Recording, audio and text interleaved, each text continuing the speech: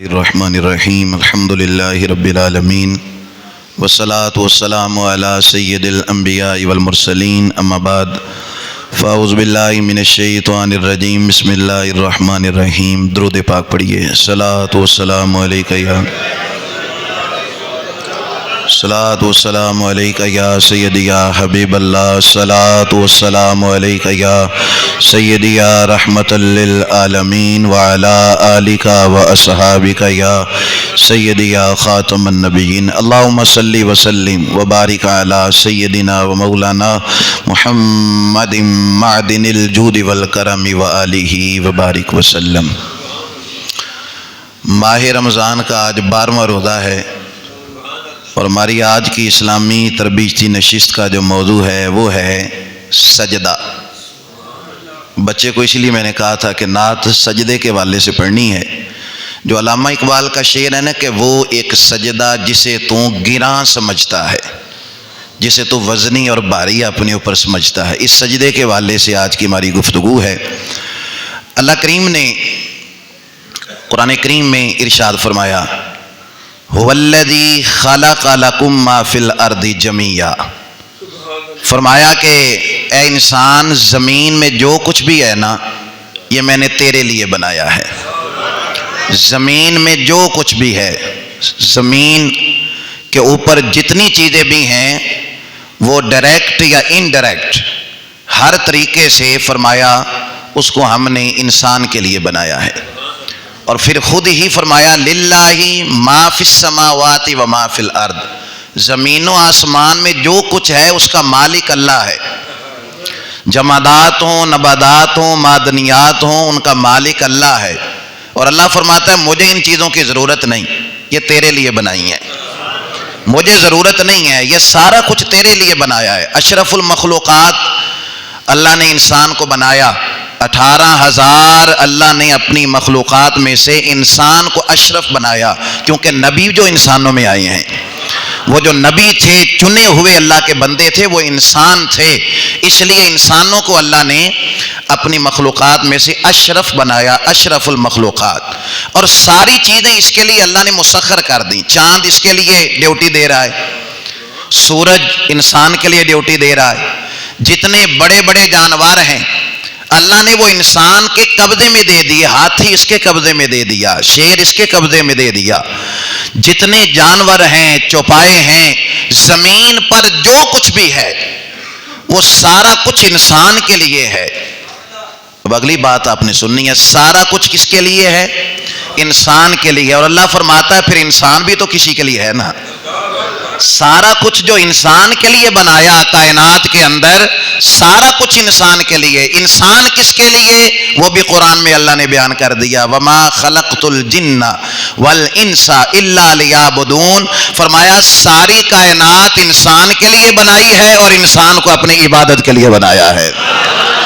ساری کائنات انسان کے لیے بنائی، جانور بنائے تیری وفا کے واسطے، کھیتیاں سرسبز ہیں تیری غذا کے واسطے، چاند سورج ستارے تیری ضیاء کے واسطے، اے انسان جہاں تیرے لیے اور تو خدا کے واسطے۔ یہ سارا کچھ انسان کے لیے بنایا اور انسان کو اللہ فرماتا ہے اپنی عبادت کے لیے بنایا۔ اور قرآن میں اللہ کریم نے اس بات کی اور زیادہ تشریح فرمائی، فرمایا اَحَسِبْتُمْ أَنَّمَا خَلَقْنَاكُمْ عَبَثًا، کیا انسان یہ سمجھتا ہے کہ اس کو فضول بنا دیا گیا ہے، اس کو بیکار بنا دیا گیا ہے، اس کا کوئی مقصد ہی نہیں ہے، دنیا میں آنے کا اس کا کوئی پرپز نہیں ہے، کوئی مقصد نہیں ہے۔ فرمایا وَأَنَّكُمْ إِلَيْنَا لَا تُرْجَعُونَ، اور کیا انسان یہ سمجھ بیٹھا ہے کہ اس کو اللہ کی طرف لوٹایا نہیں جائے گا؟ فرمایا سمجھ لو ساری کائنات کی رنگینیاں انسان کے لیے بنائیں اور انسان کو اپنی عبادت کے لیے بنایا ہے۔ دنیا میں جتنے بھی کام ہیں نا وہ ضمنن ہیں، سارے ضمنن اوور ہیں، وہ اصل جو ہے وہ اللہ کی عبادت ہے۔ رزق کمانا یہ ضمنی کام ہے، بال بچوں کی پرورش کرنا یہ ضمنی کام ہے، حقوق العباد ادا کرنا یہ ضمنی کام ہے۔ اصل کام کیا ہے؟ اللہ کی عبادت کرنا، اللہ کی بارگاہ میں جھکنا، اس کے سامنے اپنی حاضری پیش کرنا، یہ اصل ہے۔ دراصل نا ہم جس دور میں جی رہے ہیں اس دور میں لوگوں نے راستے کو ہی سارا کچھ سمجھ لیا. حالانکہ ایک مسافر ہے, مسافر جہاں جاتا ہے وہاں دل نہیں لگاتا, اس کو علم ہوتا ہے میں نے ہٹنا ہے, لوٹنا ہے, اپنی منزل مقصود کی طرف ایک دن میں نے جانا ہے.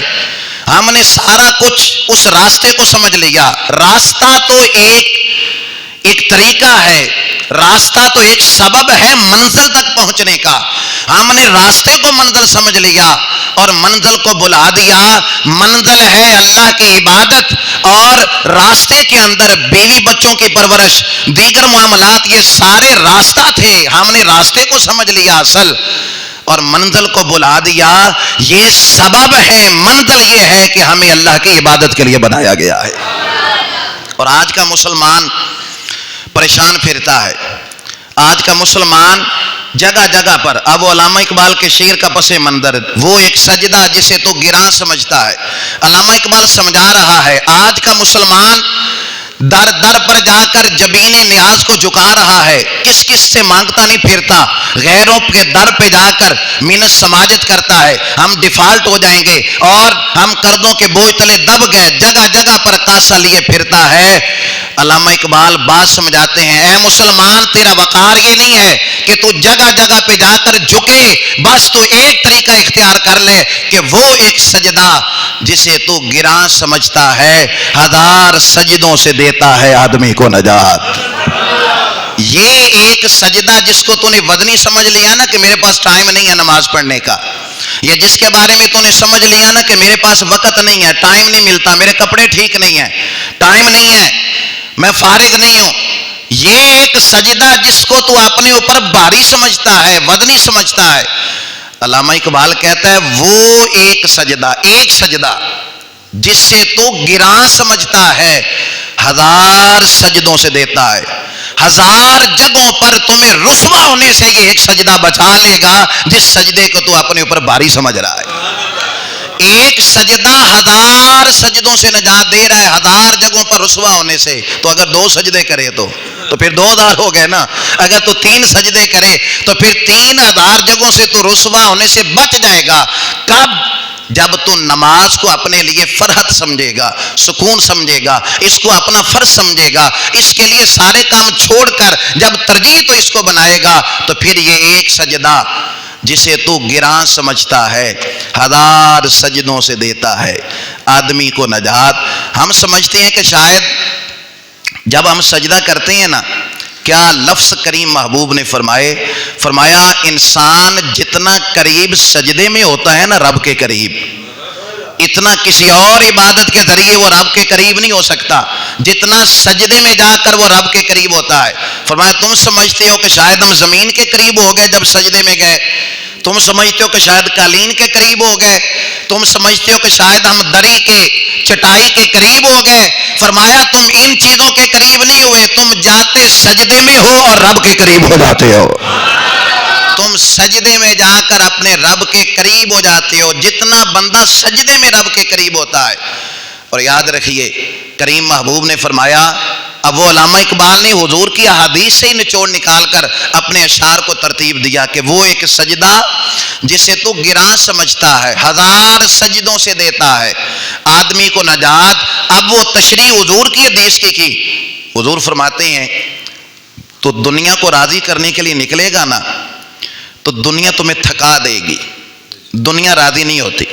اور مولا علی نے بھی کہا تھا دنیا جو ہے نا بھیڑ بکریوں کی طرح ہوتی ہے, ایس پاس بکریاں وال کے لے آؤ گے نا ادھر والیاں نکل جان گیاں, ادھر والی کو لے کر آؤ گے تو ادھر والی نکل جائیں گی, یہ تمہارے قابو میں نہیں آئے گے. ایس پاس والے رشتہ داروں راضی کیتا جائے تو دوے ناراض ہو جائیں گے, ان کو راضی کیا جائے تو یہ والے ناراض ہو جائیں گے. تو کیا حضور نے لفظ فرمایا دنیا تمہیں تھکا دے گی, دنیا تم سے راضی نہیں ہوگی. وہ تو آج دیکھیں نا دنیا کے تقاضے بدلتے ہیں, جب تقاضے بدلیں گے تو ان کے مطالبے بھی بدلیں گے. امریکہ پہلے ہم سے کچھ چاہتا تھا, آج کچھ اور چاہ رہا ہے. دنیا کے تقاضے بدلتے رہتے, وہ تم سے راضی نہیں ہوں گے. حضور فرماتے ہیں ایک اللہ کو راضی کر لو, وہ لوگوں کے دلوں میں تمہاری محبت پیدا فرما دے گا. بس ایک اللہ کو راضی کر لو, ایک اللہ کو راضی کر لو تو اللہ لوگوں کے دلوں میں تمہاری محبت پیدا فرما دے گا. اور حدیث سنیے, اس پہ مہر لگ جائے نا اس بات پر. حضور فرماتے ہیں جب اللہ کسی سے پیار کرتا ہے نا تو جبرائیل کو کہتا ہے جبرائیل میں فلاں بندے سے پیار کرتا ہوں تو بھی پیار کر، جبرائیل میں فلاں بندے سے پیار کرتا ہوں تو بھی پیار کر۔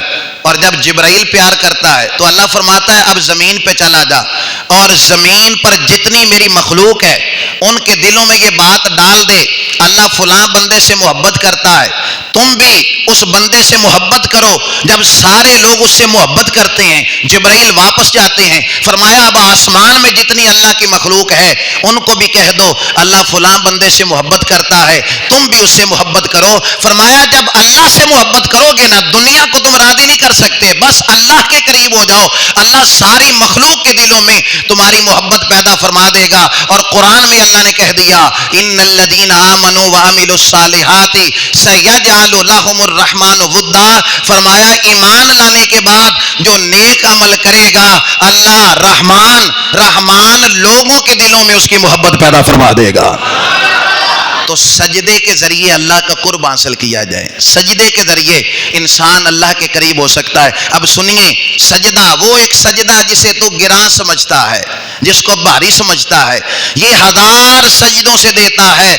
آدمی کو نجات کس طرح دیتا ہے؟ سنیے، اکبر بادشاہ جس نے دین اکبری ایجاد کیا اپنے آپ کو سجدہ کرواتا تھا، شیخ احمد سرہندی فاروقی حضرت مجدد الفسانی رحمت اللہ علیہ، آپ اس کے مقابلے میں آئے۔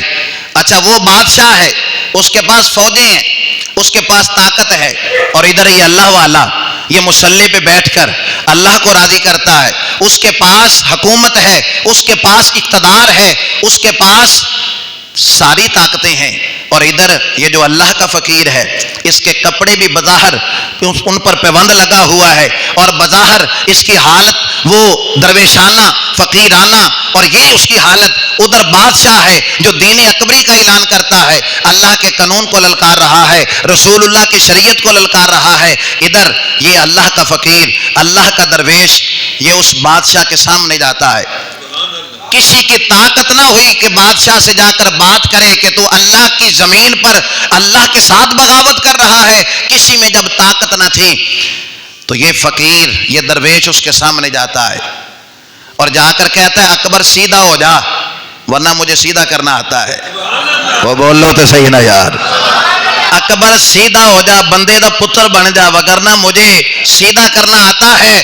اکبر بادشاہ جس کے پاس فوجیں طاقت اسلحہ ہر چیز تھی کانپنے لگ گیا، تڑپنے لگ گیا۔ یہ بات کہہ کے مجدد الفسانی باہر نکلتے ہیں، اکبر بادشاہ کے حواری پوچھتے ہیں تو نہ بندوق سے ڈرتا ہے، نہ تو اسلحے سے ڈرتا ہے، نہ تو فوجوں سے ڈرتا ہے، تو کسی چیز سے نہیں ڈرتا۔ آج ایک مولوی سے ڈر گیا، آج ایک درویش سے ڈر گیا، آج ایک فقیر سے ڈر گیا۔ اس نے کہا میں نہیں ڈرا، جب وہ میرے دربار میں آیا اس کا رو بھی ایسا تھا، اس کا تنہا ہی ایسا تھا، اس کا دبدبا ہی ایسا تھا۔ جب اس نے مجھے آ کر کہا نا کہ سیدھا ہو جا ورنہ مجھے سیدھا کرنا آتا ہے، لگتا اکیلا تھا محسوس ہوتا تھا کروڑوں کی فوج ساتھ لے کر آیا ہے۔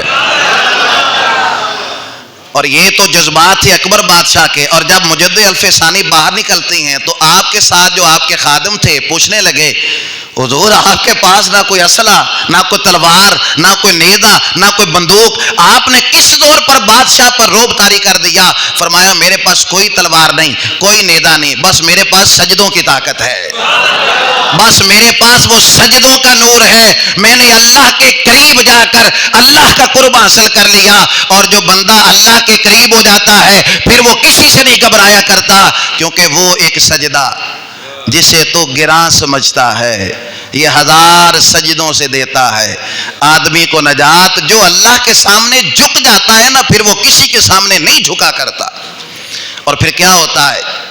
نہتے 313 بشر شوق شہادت میں جب اللہ پہ بھروسہ ہوتا ہے اور جب سجدوں کے ذریعے اللہ کی مدد کو حاصل کیا ہوتا ہے تو نہتے 313 بشر شوق شہادت میں نکل پڑے تھے میدان میں محمد کی قیادت میں، نہ تیغ و تیر پر تکیا، نہ خنجر پر نہ بھالے پر، بھروسہ تھا تو ایک سادی سی کالی کملی والے پر۔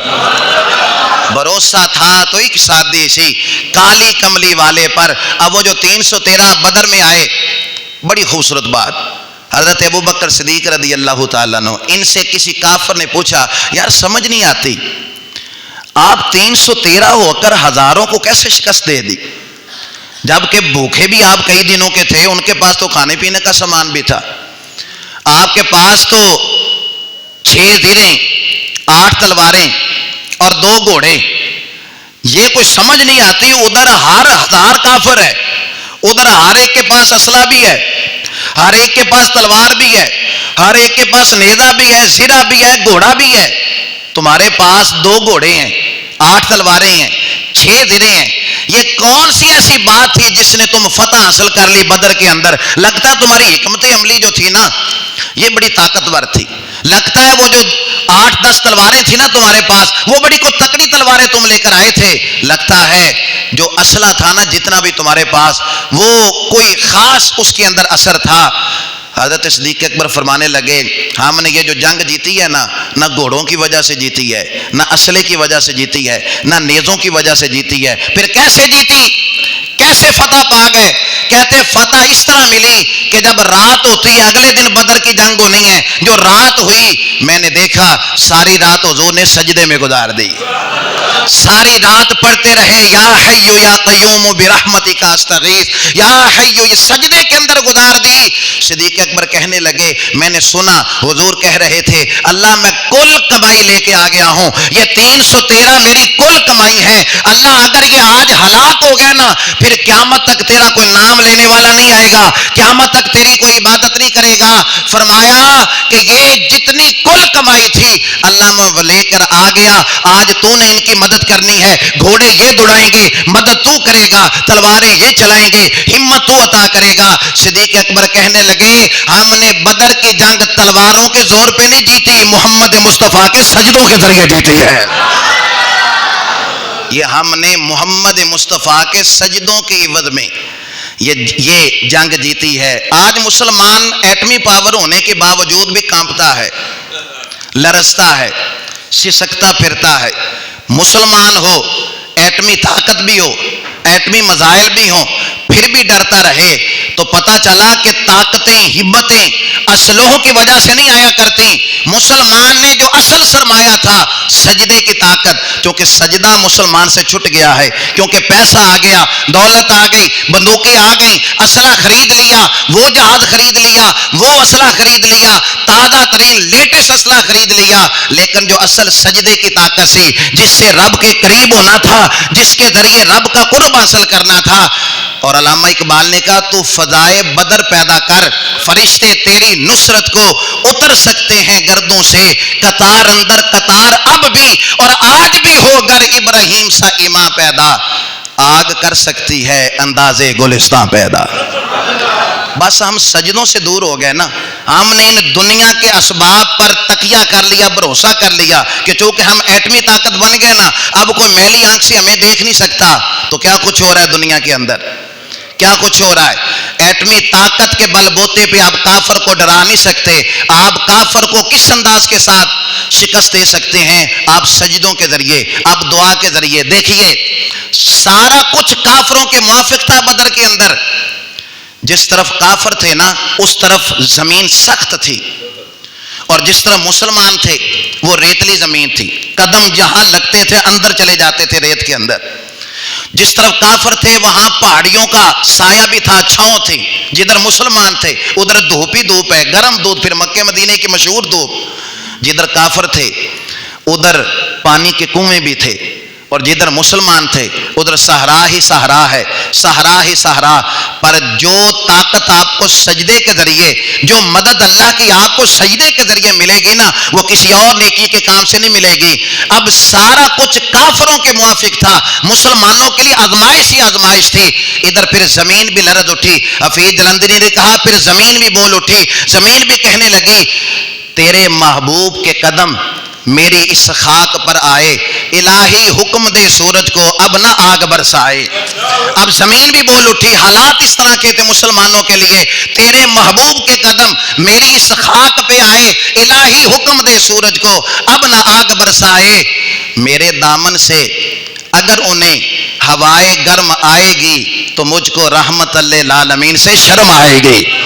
اللہ مہربانی فرما دے. اب دعائیں مصطفیٰ کی رنگ لائیں, بارش شروع ہو گئی, موسم ٹھنڈا ہو گیا. جدھر سخت جگہ تھی نا کافروں کی طرف, ادھر کیچڑ ہو گیا, ان کے پاؤں پھسلنے لگے. ادھر ریت تھی تو بارش ہونے کے بعد ریت جم گئی, مسلمانوں کے لیے فرش بن گیا. صحابہ کرام نے ہال بنا لیے, پانی اکٹھا کر لیا. یہ سارا کچھ کیوں ہوا؟ اس لیے کہ مصطفیٰ کے سجدوں نے وہ برکت دکھائی کہ اللہ کی ساری رحمتیں ہی مسلمانوں کے حصے میں آ گئیں. بھائی وہ ایک سجدہ جسے تو گراں سمجھتا ہے, جس کو تو وزنی بھاری محسوس کرتا ہے نا کہ اب کپڑے ٹھیک نہیں, اب میں کیسے مسجد میں جاؤں, یہ 1000 سجدوں سے دیتا ہے آدمی کو نجات. یعنی علامہ اقبال نے کتنا نچوڑ پیش کر دیا قرآن و حدیث کا. بھئی جس سجدے کو تو بھاری سمجھتا ہے نا, بھئی دیکھیں دنیا میں بڑے لوگوں کے مفادات ہوتے ہیں, اس سے فائدہ لینا, لہذا اس کو بھی ذرا سیلوٹ کرنا پڑے گا. اس سے بھی فائدہ کل ہو سکتا ہے, ذرا اس کو بھی چائے کی پیالی پلانا پڑے گی. بھائی اپنے مفادات کے لیے کس کس کے سامنے کاسل ایسی کرتا ہے؟ ایک سجدہ جسے تو گراں سمجھتا ہے, بس اللہ کے سامنے جو جھک جاتا ہے پھر وہ کائنات کے سامنے نہیں جھکا کرتا. ایک صحابی نے عرض کہ یا رسول اللہ صلی اللہ علیہ وسلم, جنت میں قیامت کے دن اگر آپ سے ملنا چاہوں تو مجھے کوئی عمل تو بتائیے, مجھے کوئی وظیفہ تو بتائیے کہ قیامت کے دن میری اور آپ کی ملاقات ہو جائے, میں آپ کو وہاں پر دیکھ لوں, آپ کی زیارت کر لوں, آپ سے شرف ملاقات ہو جائے. یا رسول اللہ وہاں تو نفسا نفسی کا عالم ہوگا, مجھے کوئی وظیفہ بتائیے نا, مجھے کوئی عمل بتائیے کہ میں وہ عمل کروں تو وہاں آپ سے ملاقات ہو جائے. اب صحیح بخاری پڑھ رہا ہوں, کریم محبوب نے فرمایا تو سجدے زیادہ کیا کر. کیا کیا کر؟ تو سجدے زیادہ کیا کر. تو سجدے زیادہ کرے گا تو فرمایا تیری اور میری قیامت کے دن ملاقات ہو جائے گی. حضور تو فرما رہے ہیں تو سجدے زیادہ کیا کر. تو ساڈے پیر کی کہندے نے بن تسبیح توڑ مسلح تو پر پھمن شادہ پلہ تیری ہو جائے خیر تسلا. حضور کہہ رہے ہیں سجدے زیادہ کرو گے تو میرے ساتھ ملاقات ہوگی. اور یہاں جنہوں نے مکارانہ طریقے سے صوفیاء کرام کا, درویشی کا لبادہ پہن لیا, اوڑھ لیا, اور لوگوں کی عقیدتیں چھینتے ہیں, لوٹتے ہیں, اور کہتے ہیں مولوی دی 5 ویلے تے فقیر دی ہر ویلے ساڈی دل دی نماز ہے, اور اس طرح کے فلسفے گھڑ لیے, اور سلطان باہو کی طرح کئی شعر منسوب کر دیے. کیوں نہ فرمایا ہے نمازاں پڑھنا کم زنانہ تے روزہ صرفہ روٹی ہو. اس طرح کے شعر ان کی طرح منسوب کر کے کہہ دیا کہ نمازیں پڑھنا یہ عورتوں کا کام ہوتا ہے, اور روزہ رکھنے کا مطلب یہ ہے کہ آپ اپنا خرچہ گھٹا رہے ہیں. اور بھائی یہ صوفیاء کرام کی تعلیم نہیں, وہ ساری ساری رات عبادت کیا کرتے تھے, وہ ساری ساری رات سجدے کیا کرتے تھے, وہ ساری ساری رات اللہ کو منایا کرتے تھے. یہ میں نہیں کہہ رہا, قرآن میں اللہ فرما رہا ہے والذین یبیتون لربہم سجدا وقیاما. جو رحمان کے بندے ہوتے ہیں ان کی راتیں یا قیام میں گزرتی ہیں یا سجدے میں گزر جاتی ہیں. تو یہ فلسفہ چھوڑ دیں. اللہ کے محبوب سے ملاقات کرنی ہے تو حضور فرماتے ہیں تم سجدے زیادہ کیا کرو, سجدے زیادہ کرو. اور آخری بات, حضور خوش ہوتے ہیں اگر میلاد کی جھنڈیاں لگائی جائیں. حضور خوش ہوتے ہیں اس بات سے کہ حضور کے لیے نعرے لگائے جائیں, اس بات سے یقیناً خوش ہوتے ہیں. لیکن صرف اسی بات پر ہی بھروسہ کر کے ہم وہ جس کو نبی پاک نے فرمایا میری آنکھوں کی ٹھنڈک ہے نماز, قرۃ عینی فی الصلاۃ, اچھا یہ کنفرم نہیں ہے کہ حضور یقیناً اس سے راضی ہوں گے. یہ کنفرم نہیں ہے کہ آپ صرف غلامی کا دعویٰ کرتے رہیں اور عمل کی طرف نہ آئیں. یہ کنفرم بات نہیں ہے کہ حضور راضی ہوں گے. ہاں جو حضور نے اپنی زبان سے کہہ دیا نا کہ مجھے راضی کرنا ہے نا, میری آنکھوں کو ٹھنڈک دینی ہے, تو پھر وہ تو نماز کے اندر رکھی ہوئی ہے. قرۃ عینی فی الصلاۃ, میری آنکھوں کی ٹھنڈک نماز. وہ ایک سجدہ جسے تو گراں سمجھتا ہے 1000 سجدوں سے دیتا ہے آدمی کو نجات. میں اور آپ جس نبی کا کلمہ پڑھتے ہیں نا, اس نبی نے ہر موقع پر سجدہ کیا ہے. سورج گرہن ہو گیا نا تو نبی پاک نے پھر سجدہ کیا ہے. نماز کسوف اور خسوف کا جو طریقہ احادیث میں بتایا گیا, چاند گرہن لگا تو نماز پھر حضور نے ادا فرمائی, سجدہ کیا. اسی طرح بارش نہیں ہو رہی تو نماز استسقاء ہوتی ہے, وہ نماز نبی کریم علیہ السلام نے ادا کی. آندھی آ گئی, طوفان آ گیا, نبی کریم علیہ السلام نے نماز ادا کی. بھائی سجدوں کے ذریعے کریم محبوب نے بتا دیا امت کو کہ اگر پریشانی آئے، مصیبت آئے، کوئی تکلیف آئے تو سجدوں کے ذریعے اللہ کی مدد حاصل کرنی ہے. اور یہ حضور کا عمل ہے. اور پھر قرآن کی آیت بھی ہے، یا ایھا الذین آمنوا استعینوا بالصبر والصلاۃ، اے ایمان والو صبر سے اور نماز سے اللہ کی مدد حاصل کرو. صبر سے اور نماز سے. ہم ادھر ادھر بھاگتے ہیں، پھر تعویذ گنڈوں کے پیچھے، پھر 2 نمبر لوگوں کے پیچھے لگ کر پھر بھیڑا اپنا بھی غرق کر لیتے ہیں، دوسروں کا بھی غرق کرتے ہیں. حالانکہ حضور کیا، جب بھی عمل ایسا ہوا، جب بھی کوئی پریشانی آئی، آپ نے نماز ادا کی. یار بدر کا ابھی جو واقعہ بیان کیا، کتنا کٹھن مرحلہ تھا، کتنا کٹھن امتحان تھا کہ تعداد بھی ان کے مقابلے میں تھوڑی، اسلحہ بھی ان کے مقابلے میں تھوڑا، لیکن نہتے 313 بشر شوق شہادت میں نکل پڑے تھے میدان میں محمد کی قیادت میں. نہ تیگ و تیر پر تکیا، نہ خنجر پر، نہ بالے پر، بھروسہ تھا تو ایک سادی سی کالی کملی والے پر. ساری رات صدیق اکبر کہتے ہیں حضور نے سجدوں میں گزار دی. اس لیے ہم نے یہ جنگ تلواروں کے زور پر نہیں، محمد کے سجدوں کے زور پہ جیتی ہے. آج جتنی بھی مشکل آ جائے نا، گھر میں مصلی بچھا لیں سارے گھر والے. یار گھر میں تو آپ ظاہر بے تکلف ہوتے ہیں سارے گھر والے، مصلی بچھائیں، اللہ کی بارگاہ میں 2 رکعت صلاۃ الحاجت پڑھیں، تسبیح ہاتھ میں پکڑ لیں، لا الہ الا انت سبحانک انی کنت من الظالمین کی چند تسبیحاں پڑھیں، پھر اللہ کی بارگاہ میں گڑ گڑا کے رو کے آپ یہ والا ہتھیار استعمال کریں، پھر دیکھیں اللہ کی مدد کیسے آتی ہے. تو فضائے بدر پیدا کر، فرشتے تیری نصرت کو اتر سکتے ہیں گردوں سے، قطار اندر قطار بھی. وہ ایک سجدہ جسے تو گراں سمجھتا ہے، یہ 1000 سجدوں سے دیتا ہے آدمی کو نجات. ہمیشہ مدحت خیر الانام میں گزرے. دعا ہے یہ عمر درود و سلام میں گزرے.